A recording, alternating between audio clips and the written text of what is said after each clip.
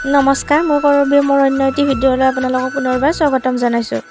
মাত্ৰ 3বিধ সামগ্ৰীৰে কলা পৰি যোৱা ৰূপৰ সামগ্ৰী ঘৰতেনো কেনেকৈ চাফা কৰিব পাৰি সেই বিষয়ে এটা ভিডিঅ' লৈ আহিছোঁ। আশা কৰোঁ ভিডিঅ'টো চাই আপোনালোকে ভাল পাব। গৰম পানী এবাটিত চাৰ্ফ এচামুচ, কলগেট এচামুচ আৰু নেমু 2 চামুচ চেপি লৈছোঁ। আপোনালোকে যিটো কলগেট ইউজ কৰে সেইটো কলগেটে দিব পাৰিব।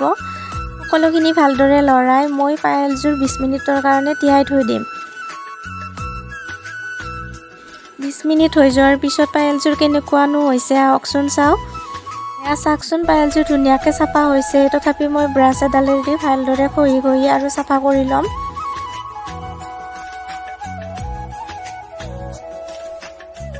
চাওকচোন, ইমান ধুনীয়াকৈ পায়েলযোৰ চাফা হৈ গৈছে। একেবাৰে দোকানত চাফা কৰি অনা যেন লাগিছে। আপোনালোকৰো যদি ৰূপৰ কলা পৰি যোৱা সামগ্ৰী আছে তেতিয়াহ'লে ঘৰতে চাফা কৰিব পাৰিব। যদিহে ভিডিঅ'টো চাই ভাল পালে তেতিয়াহ'লে লাইক, কমেণ্ট আৰু যিসকলে চেনেলটো ছাবস্ক্ৰাইব কৰা নাই প্লিজ ছাবস্ক্ৰাইব কৰি দিব।